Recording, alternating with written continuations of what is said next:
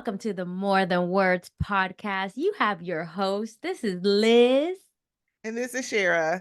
And we're so glad you can make it today. So listen, before y'all get on us, we can hear y'all talking. We know that y'all been waiting. Okay, so listen, we done heard all the noise, right? Like, hey, where's the podcast? Where's the show? Listen, we have been preparing for you. Okay, so we have things for you, things to announce, things coming soon, but y'all gotta hold your horses. Y'all gonna have to hold the horses, okay? The Beyonce horses, that is, okay? A Carter Hey, Carter Cowboy. Okay. hey, Okay. we had to So y'all bring got that to hold. in. Okay, because I know y'all been listening to it because I definitely been doing my two-step, practicing it at least. No, you haven't. Liz, don't do it. I listen to your Peloton music, so I know that's not what you're listening to right now. No, but definitely Cowboy Carter has me in the country music scene, which I Yes. typically am not in, but that's definitely convinced me to seek in that genre. So Yes, yes. And don't play Cowboy Carter and then go straight into Renaissance because then you there all day. You're there all day. You're like, the time has gone past and I'm is still that in not the. what people do? Yes. Okay. So listen, With the little Bad Bunny sprinkled in the mix? I mean, what first are of we all, doing? Bad Buddy got a crazy remix that had me going for like 20 minutes off on a tangent. I said, okay, listen, I gotta do some work, Bad Bunny. I know you got a job, but I got things to do too. But yeah, no, we need a Bad Bunny remix though, because that would throw it off. But we Yeah. but listen, so Liz, how have you been? Let's update everybody since it's been some time. You know, life's been really great. I am on sabbatical at the moment. Finished my big project that I had. So I'm 2 months into my sabbatical. So part of our break was we do practice what we preach. So when we need that time to reset, refresh, replenish, Shara and I give each other that grace because if we don't carve that time out for ourselves, then nobody will. So we always give each other that grace and that support and that partnership. And that's what you want within your community. And I've really, really dug deep into happiness. And I know we talk a lot about joy and how happiness can be fleeting. But I do think between joy, content, and happiness, there's an intersection that happens there where you look at your environment and you start thinking, well, am I going to be changing the environment constantly or am I going to be changing my inside? Am I going to be changing how I approach to things? So I've been doing a lot of uh positive journaling. So not toxic positivity where I'm, disregarding the terrible things because there's a lot happening in the world. And shout out to all my H-Town folks. Shara, I'm glad that you're safe and that you're okay. I know that the last few weeks and even today, it's raining. People are without power, people are without access to basic necessities. So and, as Shara has mentioned multiple times, there are 25 elections happening. There is a threat of World War III happening. There's a threat on DNI. Um, People are burnt out. The Economic World Forum has put out some stats and data on burnout, especially on women, and they excluded women of color. But well, we need to bring that topic in there. Anyways, so I've been working a lot on positive outlook journaling, like figuring out what am I grateful for today? Where am I at currently today? So not what I want or what I wish or hopeful thinking. It really is where am I at today? And sometimes it's ugly, sometimes it's not okay. Sometimes it's great, sometimes it's amazing, but it's real. And so that's where I'm at, Shara. How about you? First of all, don't drop that word this early in the.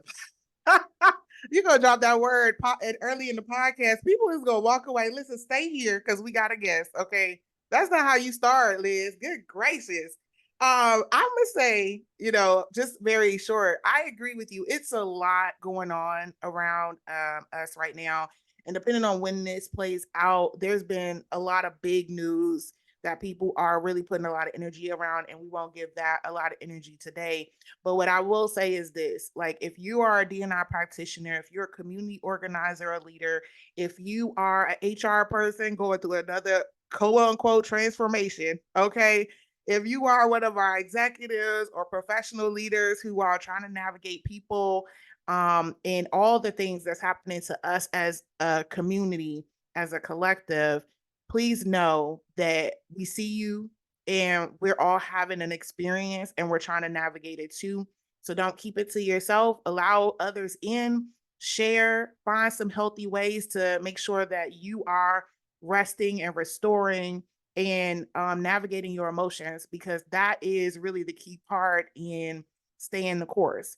And so just know you're not alone. All the things that Liz listed, all the things that wasn't listed that you're navigating, there is someone in a similar experience, and know that you have a community. So reach out, find that safe place, that safe person. If not, if you don't have that, find something that you can channel that energy into that is positive and healthy for you and is just for you, quite honestly.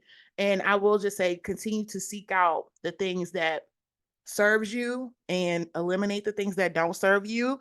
And I think that's the only thing that we can offer in this moment, because it's coming so fast at us. So I'm glad first and second of all, I'm all right. Okay, girl, listen, I have been busy. And I have been doing my best to manage my energy for all the things that I want to have an impact on.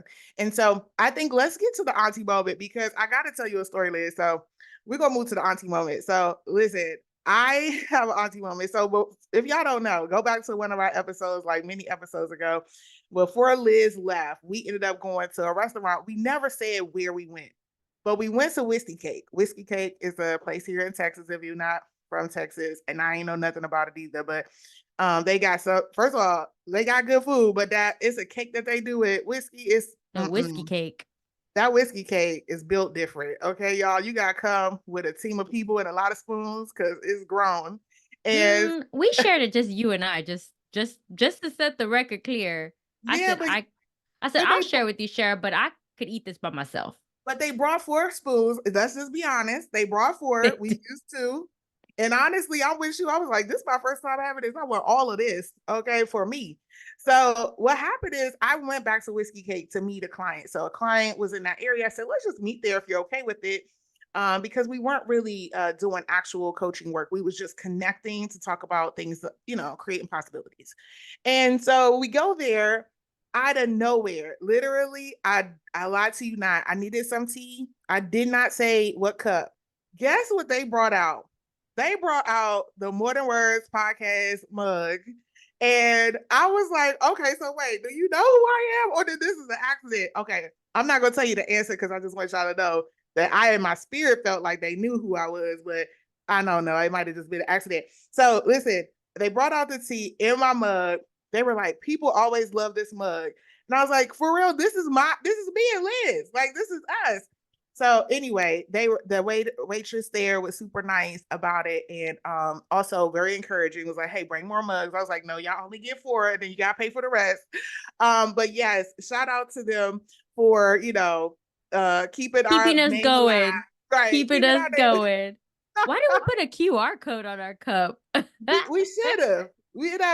Because Maybe that we. happened to us too. We went as a big group and my mom was with us.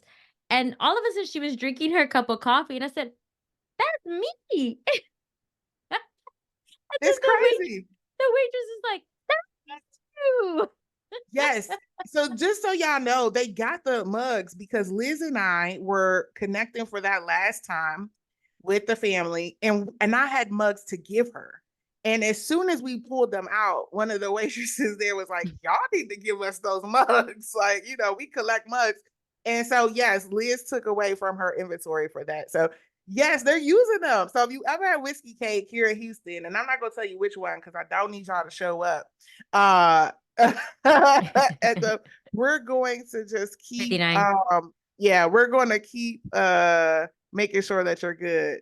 So we're gonna give me just 1 second because we have a guest um who is with us, And I'm going to make sure that they are still available because we're having a horrible storm right now in Texas. And I would say that just so you know, like Liz said, there has been like extreme weather. So our guest who is was on has been kicked off. So we're gonna wait for that individual to come back on so we can tell you. So we're gonna be watching here that they're able to come back in. Okay. So while we're waiting, what we're going to do now is just let you all know that Liz and I have been working on a workshop. So we're not ready to tell you about the title of it, but we need you to stay tuned. But Liz, when we started talking about this workshop, why wasn't it important to you when we started to really think about what we wanted to offer our community? Well, we'll definitely have a whole episode to kind of promote our give them a little taste of what it will be like. But the reason why we decided to do a workshop is one, why not? Yes. First. Second is there is such a big need for community, especially in the space where Sharon and I work at. Oftentimes, depending on where we are at within our jobs, we're either freelancing or we're doing it full time, or we're doing, we have clients on our own companies, or we're partnering with other consulting and coaching companies as well. Um, and what I found like a common theme is this burnout, this sense of I've had enough, like this sense of I'm done. I can't have these conversations anymore. How do I keep going? How do I get the next lead? My family depends on this financially. And I told Cher, I said, you know what we need to do? We are two very powerful, positive, transformational, transformational culture partners and coaches, right? And I think we need to build. Oh, here we go. Do we want to bring in Judson? We can. We definitely can. So first and foremost, we want to go ahead. So first of all, that was a teaser. That's how you tease, Liz. You tease. But yes, we want to bring in Mr. Robinson. So Mr. Robinson, I know that you had some issues I'm coming here. on. Yay! We're so glad you're here. So please let me introduce you. So two things. You're going to hear me not say Judson because that is not okay because Oh, my please. my spirit and my grandma's spirit is in me and won't let me say it. Every time I try, it's like, girl, I trained you a certain type of way. You better show up. Um, Amen. Second of all, so this is Mr. Robinson, and I didn't get a chance to introduce you, but I know Mr. Robinson, and also Liz knows via someone else. But let me just share the story with you all. So every time we have a guest on, we share a story about how we connected with this individual and why it's important that they're here. And so, one, I met actually Mr. Robinson's wife when I used to work at another company. And when I was working at that company, his wife was one of those individuals who came to me intentionally to make sure that I was successful. So, sometimes you go into these big organizations, and especially being a Black woman or a person of color or a Latina, you go into these spaces and you're the only one. And so one thing Mr. Robinson's wife did was she made sure that I knew that there one was a community of Black employees, two that there was work that needed to be done outside of our organization and with our organization to have an impact in our community. And three, just help me get my skills up. Like I was a young professional, so I was like, I don't know anything about corporate world. And so all of that very intentionally, naturally was how I got a chance to know his wife, Mrs. Robinson. And through that relationship, for first of all, Miss Robinson came to our podcast lot. She was one of our esteemed guests. But also she connected us with Mr. Robinson. So that is how I know, one, about it, and two, quite frankly, the social media for your organization, which we'll talk about shortly, has been so powerful in my stream and my reels that just a natural follower. Like, even if I did not know your wife, I would definitely be like, I need to know this organization and what we do. So I want to introduce you all to Mr. Judson Robinson. And first and foremost, everybody give a round of applause because this is a legend. Okay. Legendary. Absolutely. Yes. He's not gonna Absolutely, say Mr. it, but Robinson. that's what I'm saying. Like, community icon. Like, let me give you all the words. Okay. You're Mr. making Robinson, this I'm sorry. difficult. You're making this difficult. I told Cheers. you this is gonna be different than any of the serious like news feeds that you're ever gonna be on. Well, cheers to you guys. It is such an honor to be with these divas of podcasts. And for Yes. that we raise a toast, we raise a cup if you're lucky enough to have one. I was telling Cheryl that this is my morning deal. I sit down with my coffee and my cup, and I get ready for my day. And so this is part of that process. This is part of that routine. So it's a Yes. it's a blessing to be with you guys. I've been trying to nail down some time, and I know you've been trying to nail down some time for us. And so God, here we are. So thank Yes. God for that. Thank God for Everything that. everything in its time. Everything in its time, and so it wasn't supposed to happen until today. So, Mr. Robinson, we are so grateful and so excited that you are here. And as per usual with all of our guests, instead of asking you what your background and profile is and what you do for a living, we like to use the diversity wheel because it gives us a glimpse of the things and the identities that are important to you and how and why you show up in spaces the way you do. So I'd like to open up the question with, what are those dimensions that are really important for you at this moment? Wow, that's a great question. First of all, just congratulations to you guys. I mean, this is part of that dimension. Making sure that young, brilliant women like you guys have access to opportunity, have access to people that can make your opportunities turn into realities. You talk about what Cora did with you, Shara, and to me, that's what it's all about. It's about creating opportunity. I normally have a poster behind me that says surround yourself with people that will lift you higher. It's a quote by Oprah Winfrey. We did some remodeling in here, so everything's not back where it was. But that's what it is. I see so many talented young people, and we do our best to try to promote them and encourage them and lift them up so they have the additional confidence necessary to let them know somebody else believes in you, even if you don't quite believe in yourself the way that you should. That too will come when someone says you can.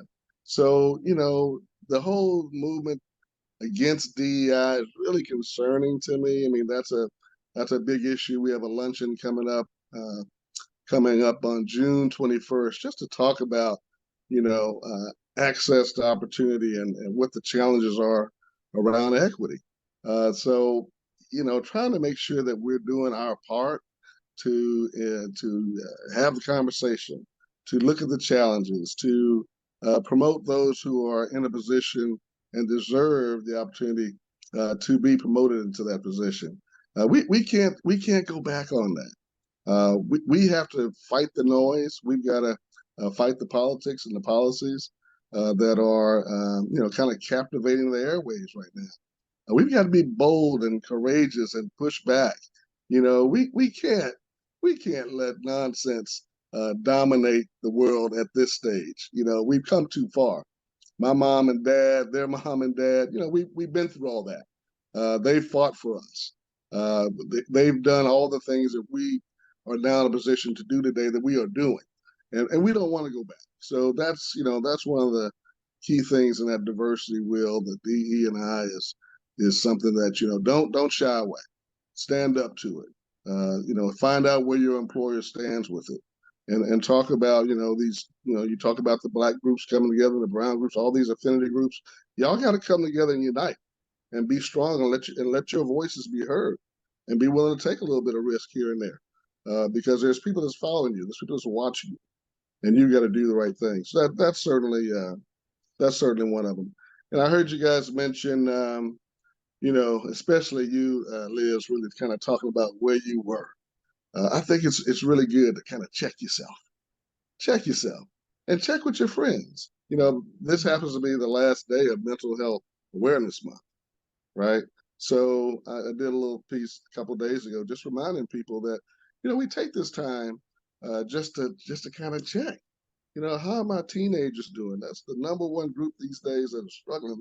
They got so much information coming at them, so many kind of crazy ways that they don't know what to think half the time. So we've got to, again, DEI, working with our family, working with our coworkers, working with our children, working with our seniors, promoting goodwill and opportunity. Mental health. When your leg hurts or when your back hurts, you call your doctor. You got a headache, you take a pill. When you're not processing right and you're spending time, being depressed and you're anxious and you're sleeping 14 hours a day, check yourself. Talk to your friends. Call the 988 mental health hotline number and see what people who are in your situation are doing about that, because that's not healthy. Long term, that is not healthy. And you've got to be, the first thing you've got to be ready for this world is mentally woke. You've got to be firing on all cylinders. I get up every day, and again, I start with this stuff ought to be illegal, but I start with this. The legal drug that we're allowed to have that gets you in jail. But I get my caffeine going. It helps me to clear my head. I get my day ready, and then I'm ready for the world, because I've kind of taken all that mess that pops into your head throughout the course of the day, and then you go to sleep with it. And in the morning, you got to hurry up and start eliminating that. Get all that negativity, all those stressors, all those things that really don't matter at the end of the day. No one's really focusing on that no more than you. You got to let that go. You got to clear yourself out and start fresh again, because the world don't play, and you got to be ready for it, right?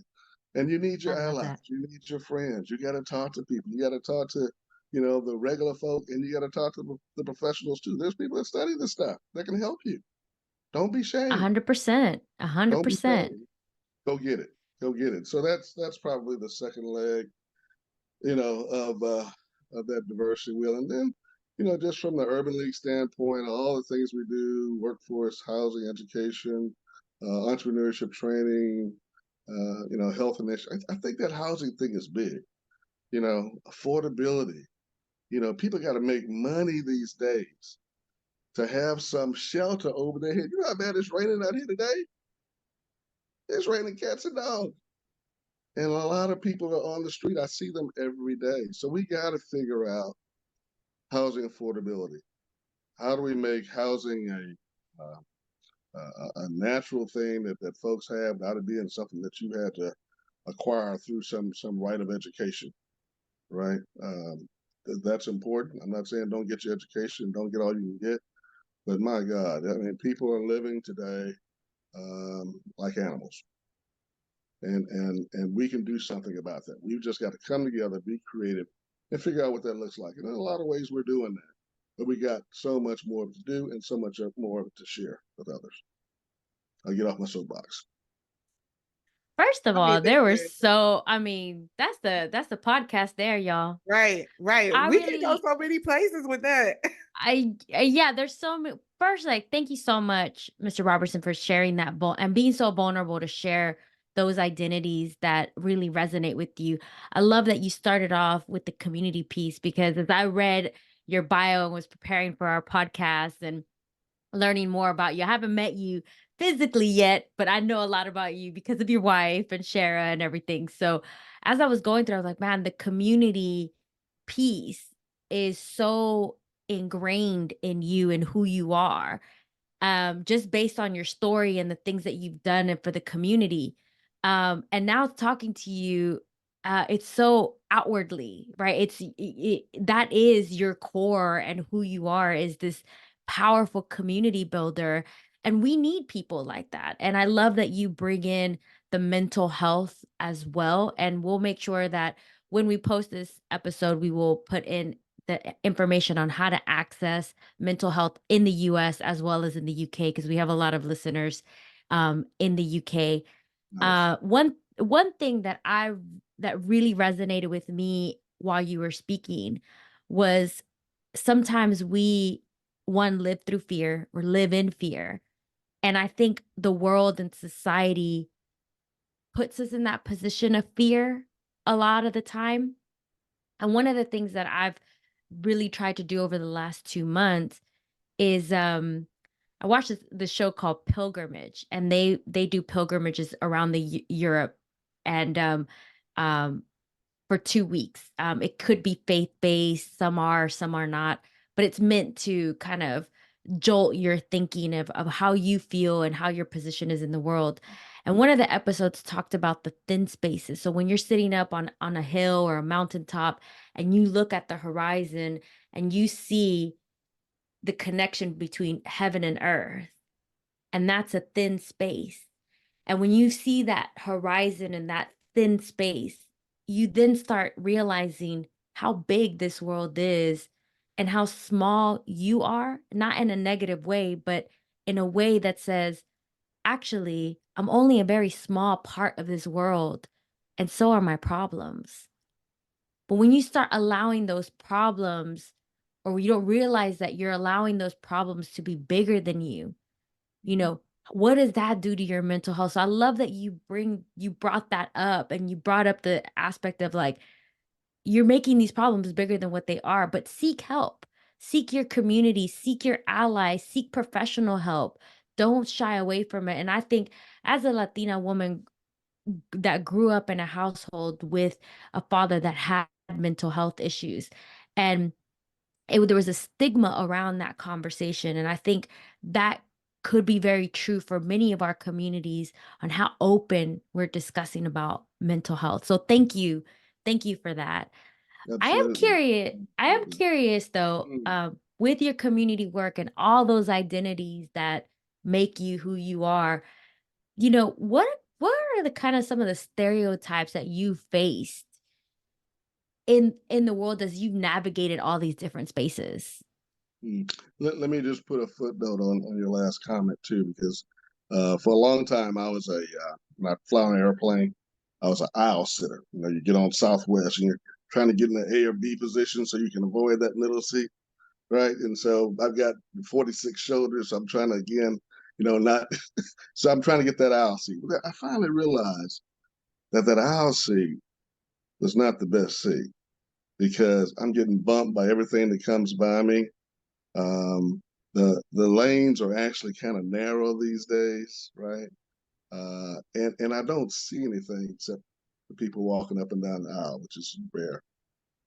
But when I moved to the window seat and I could look out the window and I could put all that in perspective, like you just shared, that the world is very big and there's a lot going on. And the little things that I'm worried about, they are, in fact, so very, very small. So I might not have to be on a mountaintop, looking at the difference between us and stars. I can do it right there on the airplane. So next time you're on the airplane, fight for the window seat. I just want to put that out. That's a valid, because I'm an aisle person as well. I want to get out there Yeah, real quick, but I think yeah, I'm going to switch that next time I'm on a plane.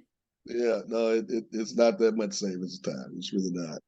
Still want to be in the A section though. Get your For sure. call on time. Yeah, Call on time so you can get in the A section. for sure. I want to choose. You can't put baby in the corner. I'm telling you that. Okay.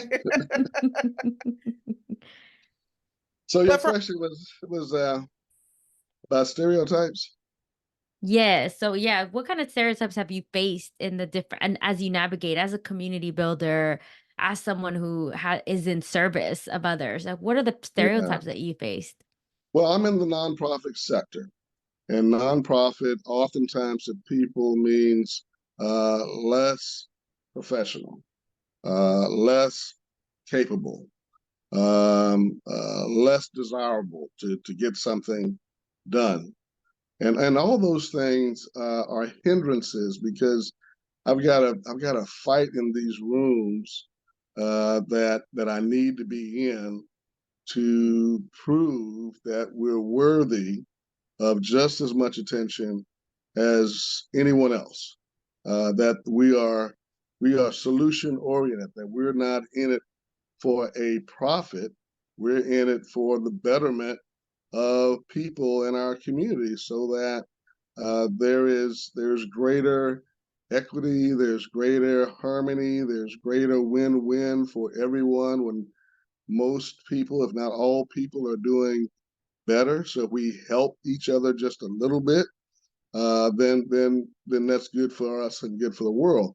And that's my business kind of every day. So, you know, hear me. I'd appreciate if you just hear me. Give me the grace that you give others. And then because of our color, because of my color, uh, people don't see things through the same lens based upon the life experiences I've had versus what they've had. So you have to have a degree of patience because you have to be willing to seek to understand before you seek to be understood, right?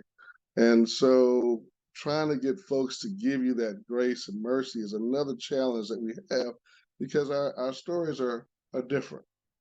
Some might say they're more complicated, they're more complex, they're more, it takes more time to take it all in. You might not have the energy for that. But if you're serious about trying to do better, uh, then let's have an honest um, opportunity to dialogue as human to human, as person to person. So that is something that, for the last 35 years, I've struggled with where, you might be invited to be a part of something, but it's really because they want to make sure that the Urban League is in the room. Or they really want to make sure that Judson Robinson's name is in the room, on the letterhead, or in the committee, or whatever, so that there's a perception there that you were inclusive, and that the opportunity to make yourself heard was a fair and open platform. And and I've learned that over the years it's not. So that's a major kind of stereotype that we have to overcome. Mm. Yeah. I mean, it's so funny to hear it in a context of like a nonprofit or organization going through an experience that we often hear individuals in like corporate or workspaces going through, of being not sure why you were invited, right? Like that, am I just one of, right? You needed to check the box that you had representation, or are you seeing me as a partner Mm-hmm. or a collaborator or someone who you genuinely want to have an impact with? And we have to constantly we experience a lot of that in our coaching sessions with individuals about, how that kind of, sets a seed into how you show up. Meaning, like, if you're not sure why you've been invited there and it's that level of uncertainty, then it stirs up a space of confidence. It stirs up, not feeling as confident about what you can do, or opposite, right? It sets a fire in a place where it's like, every time I come in this room, I am going to make sure you remember me and I have something to contribute and you can't deny it. So, And then you might not get invited back to the rooms. right, That's right. right. So That's right. it's that nuance, narrow line that you got to walk. A lot of times, people again see our industry as less than.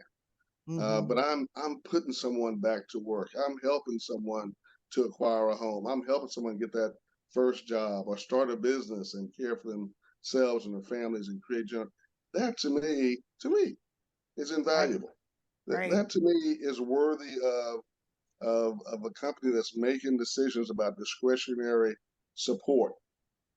That to me is worthy of everyone's discretionary support because that could be your son or daughter or a friend's son or daughter, somebody at the country club's kid, you know, that needs some help, that we can provide that too.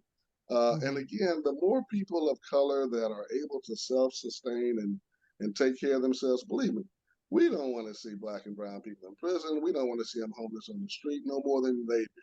It's as hard for us to look at as it is anybody else.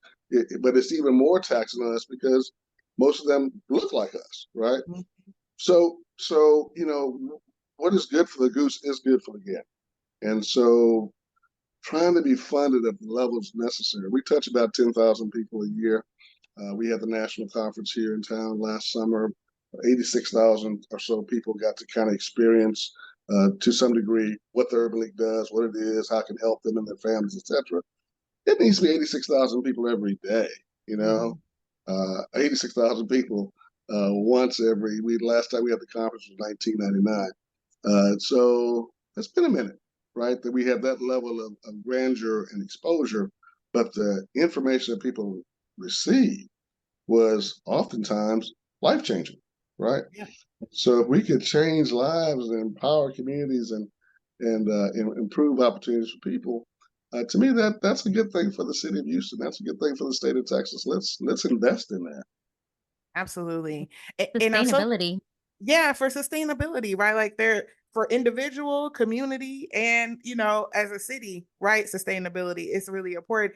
I think this is a good opportunity to ask a question more so about how you have really, I mean, what has been kind of like your highlight? If I think about like when I look, when I looked you up, Mr. Robinson, like Liz, right? I knew you from of course Cora, but when I looked you up, I mean, it is well documented your personal legacy with the Urban League. It is well documented that you're from your family to yourself, a passion for this particular work and for making sure we galvanize our community and progress our community in so many different ways. And and I think the one piece that I always wanted to ask when I looked at all those clips was, what are some of the things that you hold super dear of the things that you've done that like those highlights, right? That highlight reel for you for your personal impact as you do this work day to day. Yeah, I think the probably the highlights of the times in life when I was most challenged and either rose to the challenge or made a real hard decision of why I didn't. But for the most part, it'd probably be the wins. When my father suffered and passed in 1989, and then my mother, my dad was the first black city councilman in Houston's history since Reconstruction. So it goes all the way back to the late 1800s. And then in 1969, he was elected. And then he served for uh, almost 25 years. I'm sorry, 20 years. And then my mother took his place because he passed with a year or so left on his term. And then after her term was up, I ran for the office, and I was scared to death. I wasn't a public speaker. I wasn't a you know this kind of extreme personality that demanded attention and wanted to be heard and all those types of things that politicians typically are. But certainly I cared, and I watched how my dad cared and his father cared, and what service looked like. And when I was at my dad's funeral, uh, Ernest McGowan, who was a sitting city council member, said to me, "Judd, well, now it's on you." And being the only son, and I have a sister, speaking of mental health, who's got some mental health challenges, it's just the two of us. So it's really just the one of us when you really kind of boil it down to who's going to either do it or not do it. That became kind of that shift in my life where I had to answer the bell, or the legacy as people had come to know it would either go a different direction or maybe even not continue. But certainly that legacy of service and political service and contribution, that's when I had to finally make that decision.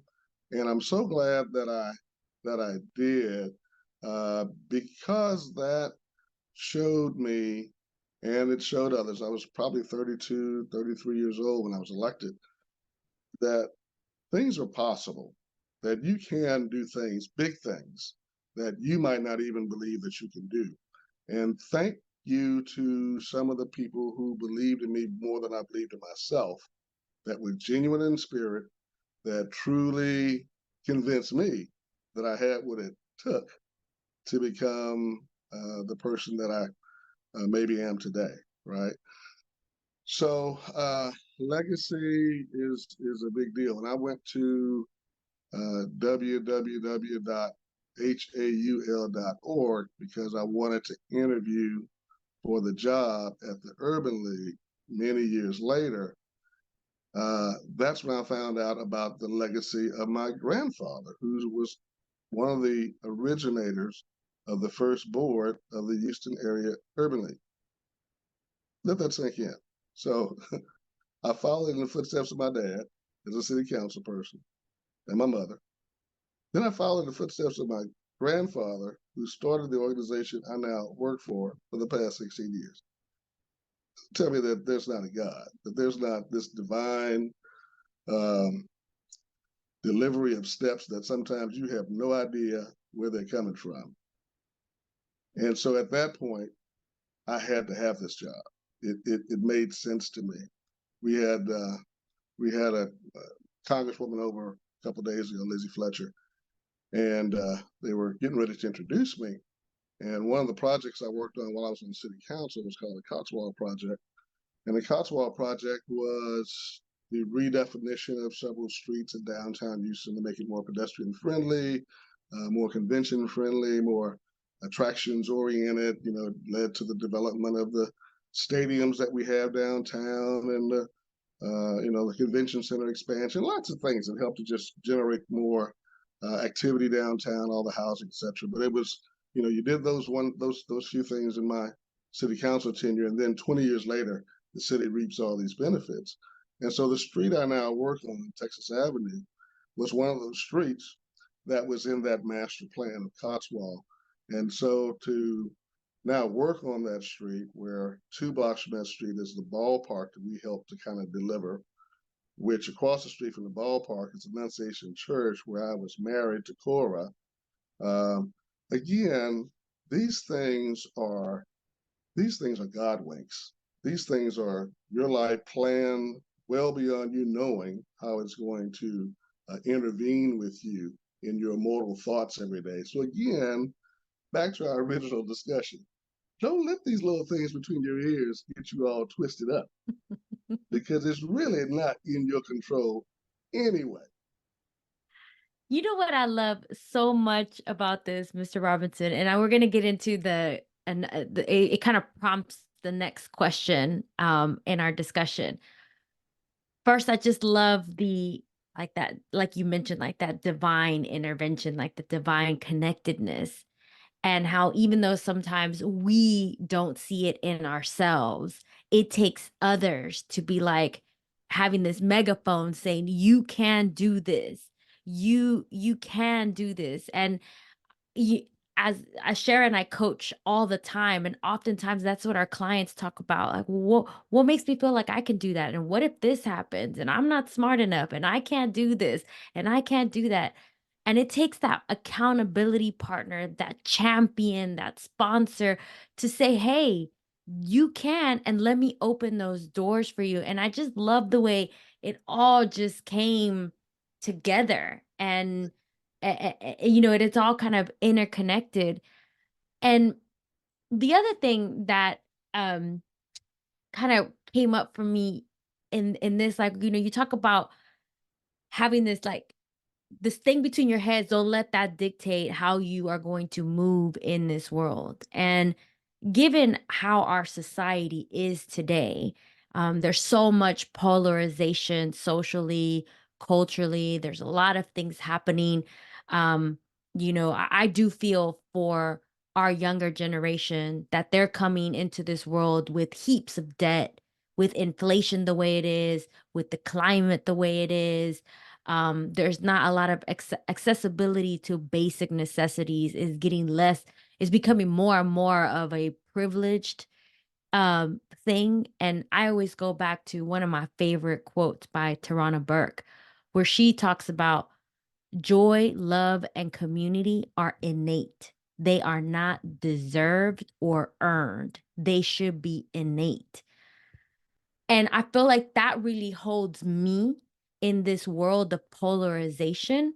So I'm curious to know your perspective on how we should, or how it would be best to navigate these polarizations, and how can we maintain that constructive dialogue with one another. Yeah, I think the internet has opened up a lot of opportunity for us to spend our time in the places and spaces that we want to spend it. But God gives us choice to do what we want with our time. And if you're not paying attention in a certain space that has a lot to do with your current situation and your future situation, then maybe you're not spending enough time in those spaces. So, the people that we elect to represent our interests has to be given a lot of your time. It's a commitment. You need to know that they're concerned about the cost of education, the cost of housing, of equity, of fairness, of opportunity, both in the public and private sector, to set the tone for what you want your world to be like, because they will, in fact, have the power to do that. And I think that in many cases we've stepped away from that. The traditional organizations that really kind of, again, typically had our best interests at heart, um, they may be seen as kind of secondary or worse. I don't think that there's as much of the trusted voices anymore. I think that you have oftentimes a lot of new voices that have a point, and they're making great points, but the history isn't always there. The trust factors, the education isn't always there. The commitment to longevity for beyond the latest hot issue isn't always there. And so we've got to pick our allies, pick our posses very, very carefully. And if you don't have a posse, get one. Find that group of people that's got your back and you got theirs. Tip of the day. Uh, but spend some time in your politics. Uh, Review the person's track record. What do they bring to the table? Understand, if they're there because they want this to be a lifelong career, or are they willing to take a vote that might mean they don't get reelected, but it's the right thing to do for the people. Mm. That's the kind of courage, kind of commitment that we don't see anymore today. In today's politics, and I'll just be local, here in Texas, we have something we call a primary. And primaries are where the Republicans decide who they want to be their candidates, and the Democrats decide who they want to be their candidates. And then once those people are chosen, those are the two from each party that compete against each other.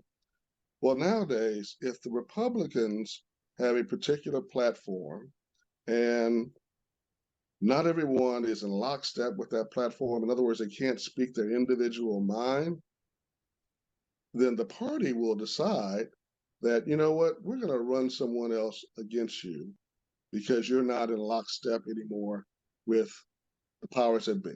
And even if the powers that be may be misdirected and taking the state or the country the wrong way, my God, by God, this is what you have to do. You have to vote a certain way. And so people can't even vote their convictions anymore because they may be primaried by another candidate who will run against you, who all the money will flow to, who all the lobbyists will send their monies to, all the corporations, because the governor, president, the ruler of the world tells them in order to be in lockstep with this party, here are the things that you must do. And that's wrong. And our democracy has really kind of gone off off the tracks with that a bit. And the same thing's happening now on the other side of the aisle as well. So, the polarization has to become um, a candidate who's willing to just do it because it's the right thing to do.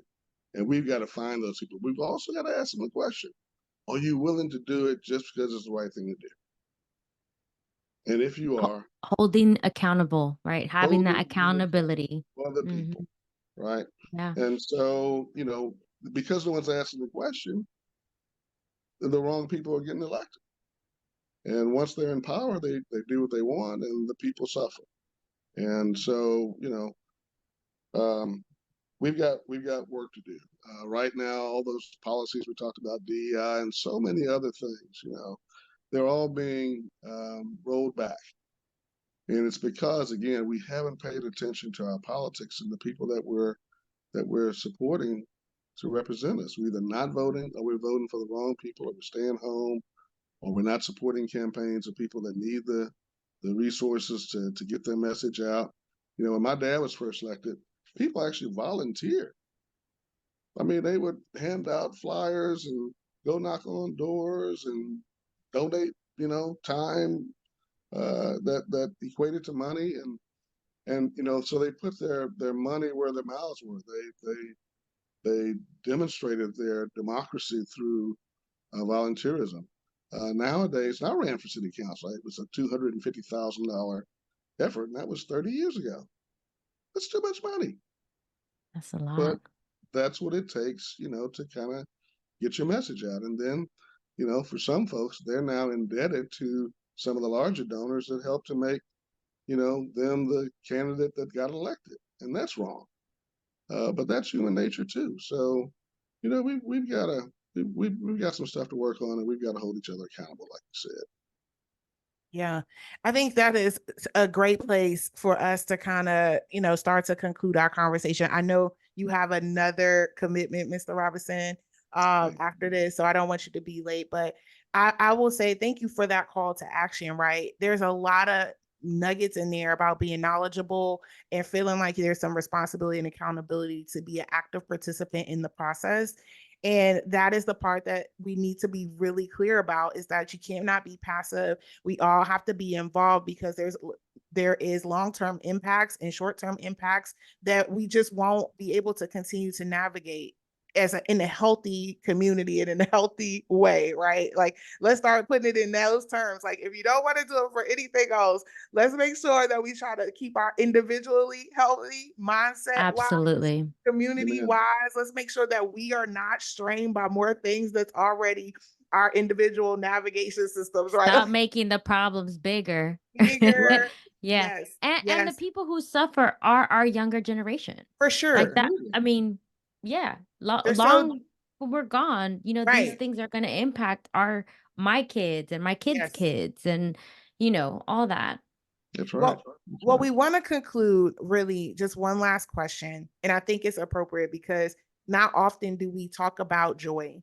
And so one of the questions we've been really passionate about is asking everyone, no matter what they do in the world, is what brings you joy? Um, Helping someone else, helping other people, um, seeing the investment of time and energy that you place in the things that you do, especially things that happen to be people, that turning out to be something good that was not only good for them, but good for their community, their family, their generational projections going forward. Um, I remember, this will only take a minute. We got a minute? Yes. Yes. Okay. Long as you have a minute, we got a minute. Okay. Yes. All right. All right. I remember as a child having animals, and one of those animals was a cat named Nene, and Nene was an outdoor cat, and Nene was not she was not spaded, and Nene was known in the neighborhood. We'll put it like that.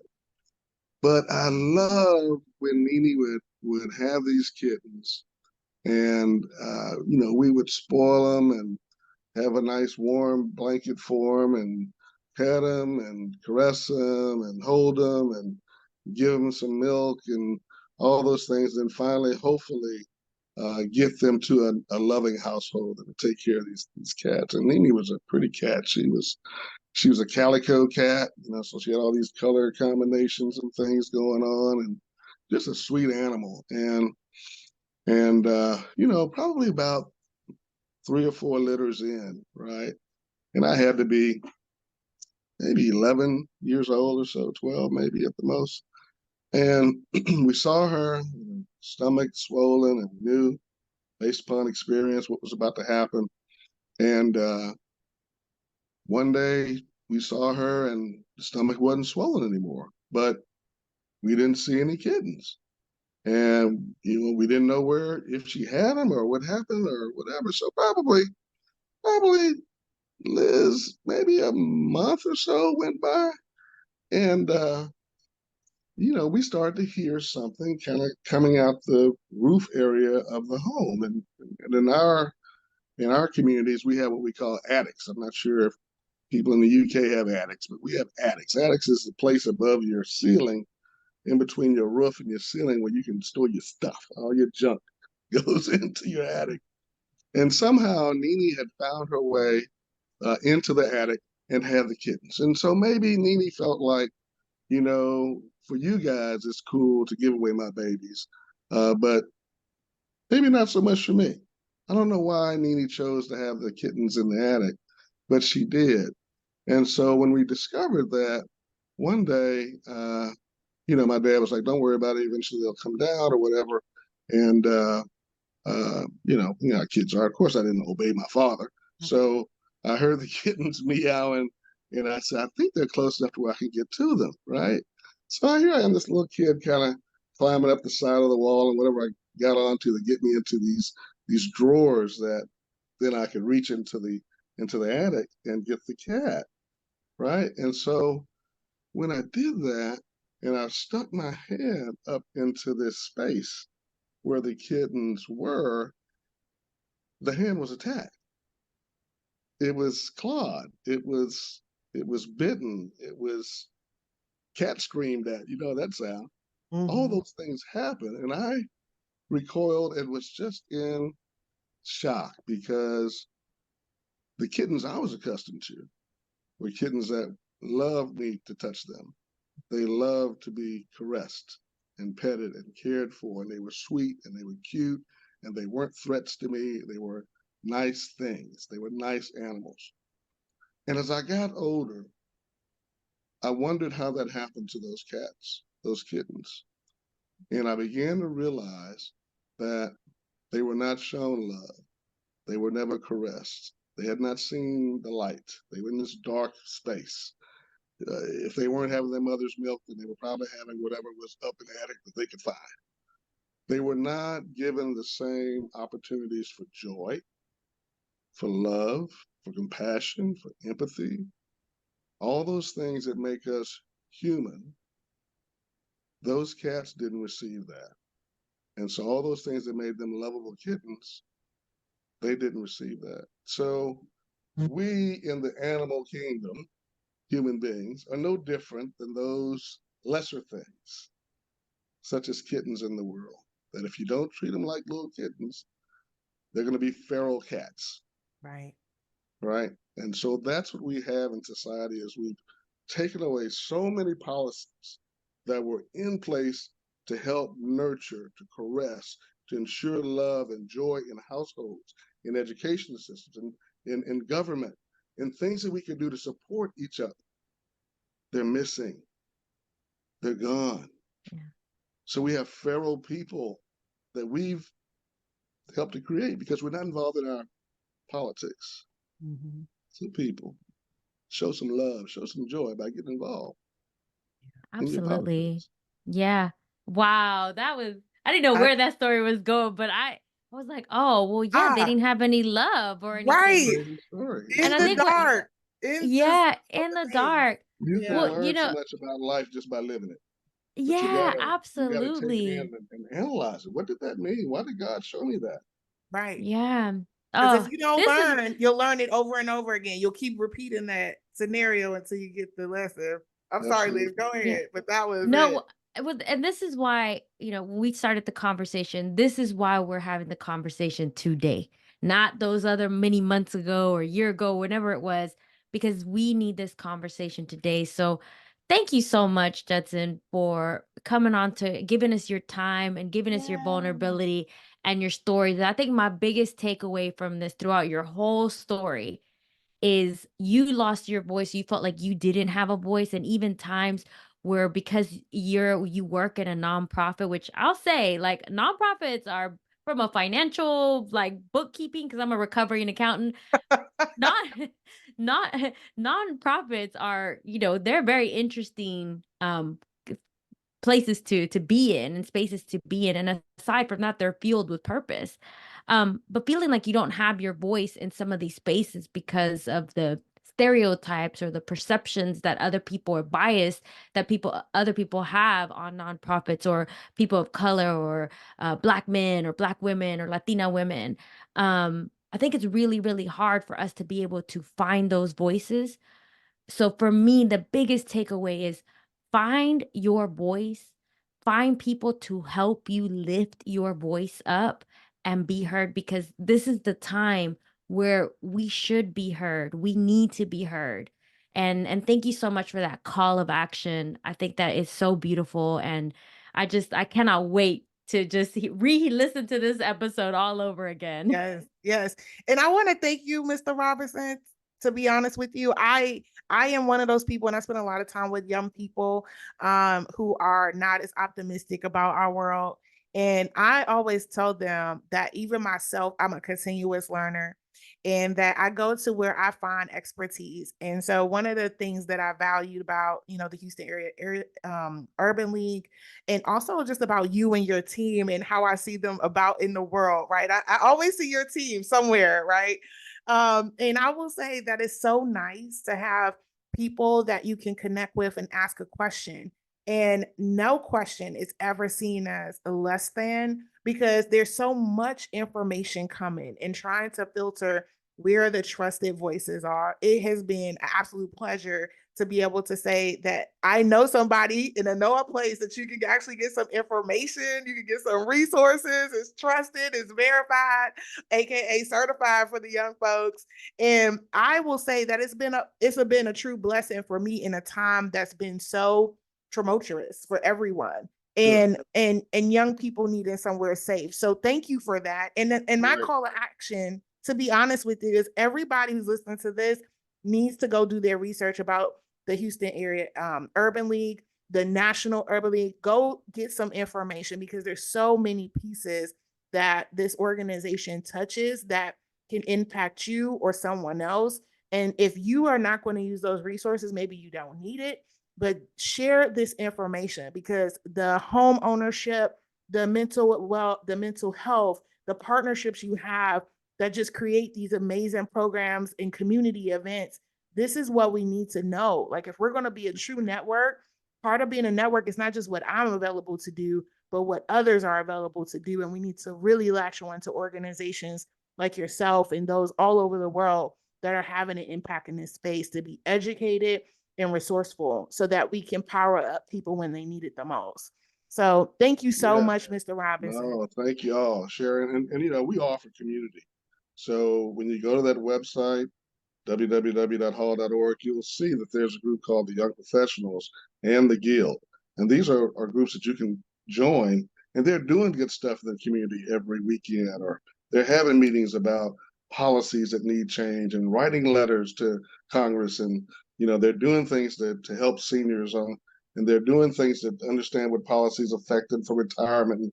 So you can plug in and be around a group of positive people, and Yes. that'll help you feel better about being a positive person. It really will. Just like this conversation. Well, Amen. thank Yes. you. Thank you. Thank you, Mr. Robertson. For Thank those y'all. that please catch us at morethanwordspodcast.com. Find us on Apple, Spotify, YouTube. And thank you for sharing our cup, Mr. Robertson. We will see you soon. Thank y'all, everybody. Bye. Bye.